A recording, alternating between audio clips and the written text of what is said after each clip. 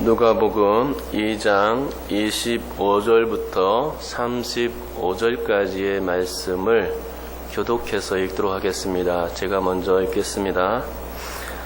예루살렘에 시므온이라 하는 사람이 있으니 이 사람은 의롭고 경건하여 이스라엘의 위로를 기다리는 자라. 성령이 그 위에 계시더라.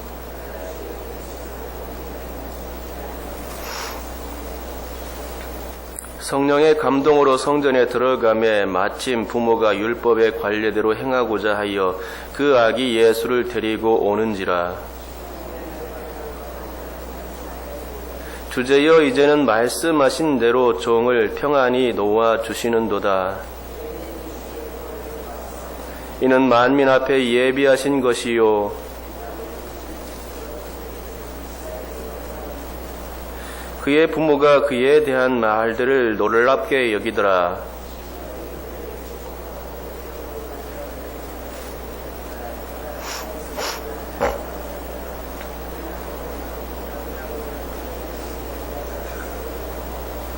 같이 읽겠습니다.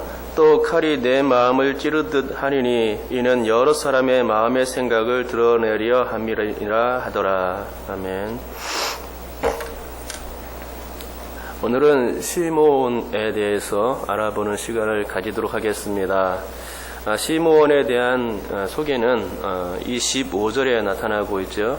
25절에서 그는 의롭고 경건하며 이스라엘의 위로를 기다리는 자라고 소개하고 있고 성령께서 그의 위에 계시더라 라고 나옵니다.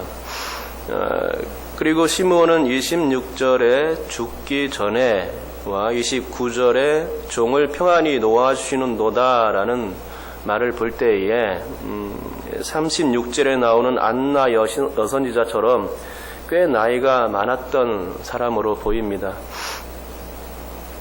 그런데 예수님을 만나기 전 어느 날 성령께서 시므온에게 나타났고 성령은 내가 주의 그리스도를 보기 전에는 죽지 아니하리라 라는 지시를 내렸던 것입니다. 이 지시가 있고 나서 얼마가 흘렀는지는 알 수가 없습니다. 적게는 몇 년에서 많게는 몇십 년이 흘렀을 것으로 생각됩니다. 이런 성령의 지시가 있고 나서 바로 메시아를 만나게 된 것은 아니라는 얘기입니다.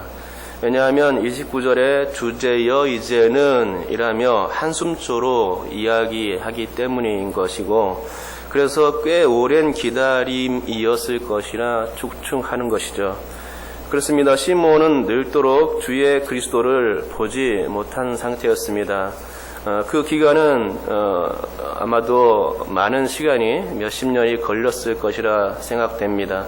주님이 오시기만을 기다리며 설레임으로 기다리며 살았지만 메시아는 언제 오실지 하염없는 일이었습니다. 혹시 아침에 오실까 해서 아침에 성전을 찾았지만 아침에 오시지 않았습니다. 그래서 기도하고 집에 갔다가 다시 점심때 오실까 해서 점심때 정오 기도 시간에 성전에 들렀을 것 같습니다. 그렇지만 또 오시지 않았습니다. 그러면 저녁에는 오시겠지라며 성전을 찾았지만 이때도 오시지 않자 주님 어서 오시옵소서라는 마음을 가지고 주님께 기도하고 돌아오는 날을 수십 년 동안 해왔던 것입니다. 그러다가 이제는 많이 지쳐있는 상태였죠. 하지만 어느 날 때가 되자 성령의 감동이 있었고 다시금 그는 성전을 찾게 될 수 있었습니다. 그렇게 매번 제 집 드나들듯 성전을 찾았었는데 그때마다 허탕을 쳤지만 오늘은 뜨거운 성령의 강권하심이 자신을 성전으로 몰아간 것이었습니다. 그리고 요셉과 마리아를 보게 되었고 마리아의 품에 안긴 또 예수, 자신이 그렇게 기다리던 메시아를 자신의 눈으로 직접 볼 수 있는 상황이 된 것이죠. 그러니 시므온이 얼마나 기뻤을까요? 몇십 년 동안 기다려도 메시아를 만나지 못했는데 이제는 보게 되었구나. 주제여 이제는 이라며 깊은 숨을 내쉬면서 기뻐했을 것입니다. 상상만 해도 즐거운 일이죠. 꼭 남북이 갈라져 이산가족이 된 형제, 자식, 부모를 만난 기쁨과도 같다고나 할까요? 어떤 기쁨이 더 클지는 경험해 보지 못해서 잘 모르겠지만 이 산 가족의 만남은 애끓는 벅찬과 눈물 어린 감동이 그 안에 있죠. 또 메시아가 시므온이 느꼈던 그 감정, 곧 메시아가 오심을 목격한 것은 기다림에 지친 단비를 만난 그런 감동과 같았을 것입니다. 시므온은 메시아를 기다리면서 많이 늙어버렸고 얼굴에는 주름이 많이 졌고 또 눈은 깊게 패여 들어갔습니다. 하지만 자신의 그 패인 눈으로라도 메시아를 보게 된 것은 너무나 큰 기쁨이자 자랑거리였고 이제 편히 잠들 수 있겠구나라는 안정감까지 들게 했다는 것입니다. 그런 기쁜 마음에 들떠 마리아에게서 자기 아기 예수를 받아 안았습니다. 그리고 찬송했습니다. 이 찬송은 라틴어의 첫 글자를 따서 눅쿠 디미티시라고 부릅니다. 그 뜻은 주여 이제는 이라는 뜻이죠. 눅쿠는 이제는, 디미티시는 주제, 주 이런 뜻이죠. 그러고 보면 참 제목을 잘 지었다고 생각합니다. 한글 성경에도 주제여 이제는 이라고 시작하고 있지 않습니까? 이제 오시기로 한 주님을 보게 되었다고 하며 안도의 숨을 깊게 내쉬는 그런 시므온의 모습을 이 제목을 통해서 보는 듯하죠. 이제 시므온은 찬송합니다. 내 눈이 주의 구원을 보았사오니 이는 만민 앞에 예비하신 것이요 이방을 비추는 빛이요 주의 백성 이스라엘의 영광이니이다 라고 찬송을 했습니다. 이 찬송에서 시므온은 세 가지를 보고 있는 것입니다. 그는 아기 예수를 보면서 아기 예수를 보고 있지 않고 그 너머에 있는 것을 보았습니다. 그 육신의 아기만을 보지 않았다는 것입니다. 그가 본 것은 세 가지인데 첫째 구원을 보았습니다. 둘째 빛을 보았죠. 셋째 영광을 본 것입니다. 시므온이 본 것은 이렇게 세 가지인데 구원과 빛과 영광이었던 것입니다. 그러면 시므온이 이렇게 고백할 수 있었던 건 무엇 때문이었을까요? 아무래도 그의 입술을 성령께서 주장하신 것 같습니다. 안 그러고선 이런 고백을 할 수가 없는 것이었습니다. 왜냐하면 구원과 영광이라는 말은 좀 이해가 가겠는데 빛이라는 말 때문에 그렇습니다. 여기서 빛은 그냥 빛이 아니죠. 시므온은 이 빛이 이방을 비추는 빛이라고 지금 말씀하고 있는 것입니다. 목사님들이 설교할 때 저도 그렇지만 이스라엘은 자기 민족밖에 모르는 사람들이라는 얘기를 많이 들었을 것입니다. 선민주의로 또는 국수주의로 똘똘 뭉친 사람들이 바로 이스라엘 사람들입니다. 그런데 시므온도 이스라엘 사람이라는 거죠. 그러니까 시므온이 이스라엘 사람이라는 것은 이방이라는 그 말 자체를 싫어하는 사람일 가능성이 아주 높은 것입니다. 그래서 이방이라는 말을 하기가 힘든 것이죠. 이방의 빛 이런 말을 하는 것이 힘들다는 얘기입니다. 그런데도 뜻밖의 그의 입에서 나온 찬송 소리는 이방을 비추는 빛이라고 그 빛을 예수님께 적용하고 있는 것이죠.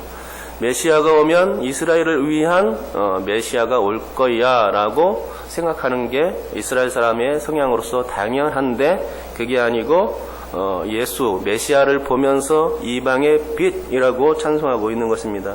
이것이 예수를 바라다 본 시므온의 안목이었습니다. 아니 성령께서 그의 입술을 주장하심으로써 그것을 깨닫게 하신 것이었죠. 그런데 구원이라는 말도 예사롭지 않습니다. 시므온이 아기 예수를 볼 때에 그의 눈은 주의 구원으로 보았습니다. 구원이란 누군가를 돕는 구조의 손길을 의미합니다. 하지만 여기서 시므온은 그렇게 행동을 수반하는 구원이 아니라 예수님을 그분 자체를 구원이라고 보고 있는 것입니다. 거기다가 이는이라고 하면서 부연 설명까지 해주는데 이는 이후의 말은 이방의 빛 얘기와 같은 얘기를 꺼내고 있습니다. 곧 만민 앞에 예비한 구원 이런 구원을 얘기하고 있었던 것입니다. 이스라엘 사람으로서는 이 역시 생각할 수 없는 입에서 나올 수 없는 그런 얘기였죠. 시므온과 같은 이스라엘 사람들은 로마에서 해방되어 독립국가가 되는 게 적당한 구원 이야기입니다. 그래서 메시아가 오신다면 그 메시아는 당연히 정치적이고 군사적인 힘을 가진 그런 메시아로서 이 로마를 물리치고 이스라엘을 다시 해방시켜서 완전한 독립국가로 신성한 국가로 만들겠다는 그런 의지가 이스라엘 사람들에게 있었던 것입니다. 그런 메시아가 올 것이라고 확신하며 기다렸던 것이죠. 그런데 시므온의 입에서 나온 구원이란 이스라엘만이 아니라 만민으로 퍼져나가는 세상을 향하고 있는 그 구원자 예수, 그 구원을 보고 있었던 것입니다. 사실 예수님의 구원은 죄를 사하는 구원입니다. 주의 의를 덧입혀주는 구원입니다. 이방을 향해서 만민을 향해서 뻗어나가 있는 그런 구원이죠. 절대로 로마의 속박 그리고 그 사람들을 이스라엘 사람들을 해방시키는 데에만 목적을 둔 것이 아니라는 것입니다. 예수님은 그런 구원에는 아예 관심도 없으셨고 공생애 때 그런 말을 꺼내지도 않았습니다. 그것은 속박당하는 이스라엘의 몫이고 그들의 생각이었지, 사실상 예수님은 로마의 속박당하는 이스라엘보다 죄에 속박당하는 이방 사람들, 세상 만민들이 더 많이 걱정이 되었던 것이죠. 외부적인 힘과 압력에 의한 속박과 구속보다는 영적인 속박과 구속당함을 더 큰 것으로 여기고 그것에 관심을 두신 분이십니다. 사람들이 죄를 사하지 않으면 그것으로 인해 영구한 사망으로 떨어질 세상의 그 많은 사람들을 보면서 눈에 밟혔던 것입니다. 내가 그들을 구원해야지. 이것은 하나님의, 성부 하나님의 생각과 같은 것이었고 예수님의 뜻도 마찬가지였습니다. 세상에서 죽어가는 사람들, 죄로 인해서, 자기 죄로 인해서 죽어가는 그 사람들을 절대로 그냥 지나쳐 갈 수 없었던 것입니다. 자꾸만 눈에 밟혀서 그들을 구원해내야지라는 생각을 품었던 것이죠. 바로 그 대상이 우리입니다. 여러분과 저를 구원의 대상으로 삼기 위해서 이방의 빛이 되어주신 것입니다. 여러분, 시므온이 이 같은 얘기를 하니 요셉과 마리아는 놀라지 않을 수 없었습니다. 그들은 입을 열어서 왜 그런 말을 하느냐고 따져 묻지는 않았지만 처음 보는 사람이 참으로 이상한 말을 한다며 마음에 새겼을 것입니다. 그만큼 시므온의 말은 매우 파격적이었던 것이죠. 하지만 이방인인 우리에게는 이 시므온의 말이 매우 합당한 말입니다. 우리에겐 예수님의 그 구원과 예수님의 그 빛이 무엇보다도 절실하기에 정말 듣고 싶었던 그 소리가 시므온의 입술을 통해서 터져 나온 것입니다. 그때 아직 복음은 세상을 향해 퍼져나가 있지 않았고 세상에는 하나님을 알지 못하고 죽어가는 사람들로 가득 찼었습니다. 하나님의 눈에는 그런 사람들이 보일 수밖에 없었고 그들을 구원해내야 되겠다는 강력한 다부진 꿈으로 가득 차 있었던 것입니다. 늘 이방을 구원해야 되겠다는 그런 꿈을 꾸어왔던 것이죠. 그리고 아들 예수를 보내시면서 하늘 보좌에서 흐뭇한 미소를 지었을 것이라 생각합니다. 제가 소설을 쓰는 건 아니겠죠? 정말로 하나님은 그런 마음을 가졌을 것입니다. 여러분, 시므온이 한 말을 제가 다 해석할 수는 없지만 그는 헤어지기 전에 마리아에게 또 한마디를 덧붙였습니다. 35절만 우리 다 같이 한번 읽어보겠습니다. 35절입니다. 우리 다 같이 35절 읽겠습니다. 시작. 또 칼이 내 마음을 찌르듯 하리니 이는 여러 사람의 마음의 생각을 드러내려 함이니라 하더라. 아멘. 전 9절에도 34절에도 시므온의 말이 기록되어 있는데 시므온의 이 발언은 예수님이 어떤 삶을 살 것인가에 대한 예언을 해주고 있습니다. 그리고 그런 예수님의 삶이 마리아에게 매우 상처가 될 것이라는 얘기를 35절을 통해서 보여주고 있는 것입니다. 35절을 얘기하기 전에 잠깐 34절부터 언급하자면 예수님은 표적이 되기 위해서 세움을 받았다는 것입니다. 이 표적은 사람들을 패하거나 흉하게 하는 표적이라고 말합니다. 패한다는 말은 넘어지게 한다는 말이고 흥하게 한다는 말은 일어서게 한다는 말입니다. 그러니까 예수님으로 말미암아서 넘어질 사람도 있고 예수님으로 말미암아 일으킴을 받을 사람들이 있다는 것입니다. 예수께서 넘어지게 하는 자들은 예수님을 반대하고 적대하고 비방하는 자들입니다. 신약성경에 사복음서에 많이 나타나죠. 바리새인들, 서기관들, 율법사들, 그런 사람들이죠. 하지만 예수께서 일으켜주는 사람들이 있죠. 그 사람들은 예수님을 따르고 사랑하고 영접하는 자들입니다. 주의 제자들과 같은 사람들입니다. 하지만 이렇게 두 부류의 사람들이 있다 할지라도 결국엔 예수를 인하여 넘어지는 자들의 힘이 크게 될 것임을 예언한 것이죠. 그 말씀이 이것입니다. 또 칼이 내 마음을 찌르듯 하리니. 이것은 마리아의 마음을 얘기한 것입니다. 예수님을 비난한 자들의 소리가 더욱 커지고 그들은 결국 예수님을 죽일 것이라는 얘기입니다. 시몬의 눈으로 그것을 볼 수 있었습니다. 마리아가 상처를 받을 것을 보았던 것입니다. 성령께서 비춰주시는 영적인 안목으로 예수님의 공생애의 말기를 살펴볼 수 있었고 시몬의 눈은 또 마리아의 그 상처받은 그 영혼의 모습을 볼 수 있었던 것입니다. 칼이 내 마음을 찌르듯 하리라 라는 것입니다.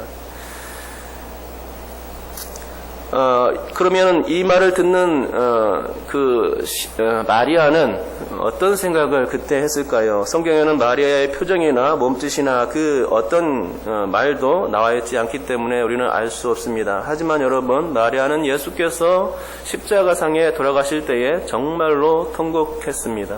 십자가 밑에서 예수의 발을 부여잡고 통곡할 때 마리아는 그때 생각했을 것입니다. 시므온이 옛날에 얘기했었지.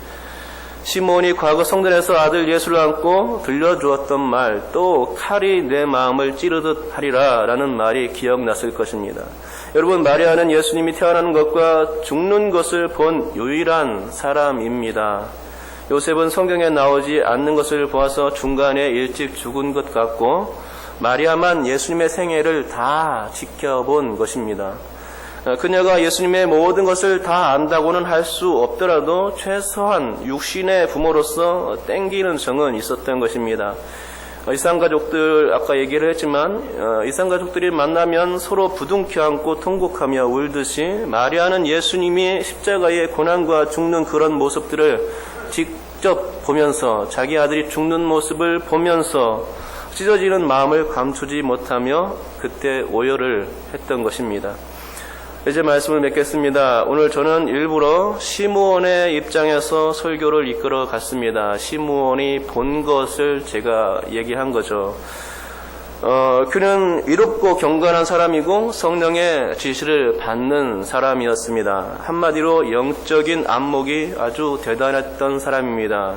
그러기에 그가 메시아, 성령의 지시를 받아서 메시아를, 세상에 오신 메시아를 맨 처음 만날 수 있었던 것이라 생각합니다. 그리고 메시아가 하실 일까지 그는 바라다 보았습니다. 심지어 메시아를 육신의 자녀로 둔 마리아의 미래, 마음까지 살펴보는 그런 소유자였습니다. 무당들이 아무리 날고 뛰어봤자 미래의 일은 하나님의 손에 달려있기 때문에 절대로 못 맞추는데 시므온은 성령에 붙들려서 장래의 일을 내다볼 수 있었던 것이죠. 그러나 단지 그가 장래에 대한 일을 내다보았다는 것 때문에 우리가 그를 우러러볼 것은 아닙니다. 우리는 그의 영성을 볼 수 있어야 하는 것이죠. 메시아를 보는 영성입니다. 우리는 삶에 있어서 하나님의 구원을 볼 수 있는 그런 영성이 열려져 있어야 합니다. 세상에 누구든 하나님을 찬송한다고 말합니다. 또 누구든 열심히 기도한다고도 말합니다. 또 누구는 위대한 설교자라고 참 설교를 잘한다고 말하기도 합니다. 그러나 강단을 내려오고 또 교회의 울타리를 벗어나고 나면 우리는 그들이 흥하는 자가 아니라 패하는 자로 서 있음을 보게 될 때가 얼마나 많은지 모릅니다. 이건 참으로 비극이고 참으로 서글픈 일입니다. 우리나라 강단에 그런 문제가 많은데 목회자들이 한눈 팔 때가 많죠. 얼마나 가슴 아픈 일인지 모르겠습니다. 교회가 이제 교회를 싫어하는 눈치들이 이제 점점 더해가고 있고 종교적으로 외면당하는 그런 입장에 있는 것이 사실 교회죠. 사실 우리 눈이 하나님의 거룩한 것들을 볼 수 있어야 하고, 우리의 눈이 주의 구원의 기이한 것들을 볼 수 있어야 하고, 우리 눈이 하나님의 선하신 뜻을 볼 수 있어야 하는 것입니다. 시몬의 눈이 봤던 것처럼, 시몬이 봤던 것처럼 그렇게 볼 수 있는 영적인 안목이 있어야 하는 것입니다. 그런데 눈이 망가졌습니다. 꼭 실명한 사람 같아졌습니다. 하나님을 몰라도 너무나 모릅니다. 우리의 눈은 하나님의 구원을 보지 못하고 있습니다. 우리의 눈은 세상의 어두운 곳을 볼 수 있어야 하는데, 우리의 눈은 세상에 신음하는 곳을 볼 수 있어야 하는데, 우리의 눈은 아직도 죄 가운데 헤매는 복음의 오지를 볼 수 있어야 되는데, 여러분 보지 못한다는 것이죠. 여러분, 그러므로 하나님의 눈을 비로소 시므온처럼 그런 곳을 볼 수 있기를 주님의 이름으로 축복합니다. 아직도 주님은 그런 곳에 관심이 많습니다. 우리도 그곳에 관심을 가져야 되지 않겠습니까? 하나님의 일은 제대로 보는 것에서부터 시작되는 줄 믿으시기 바랍니다.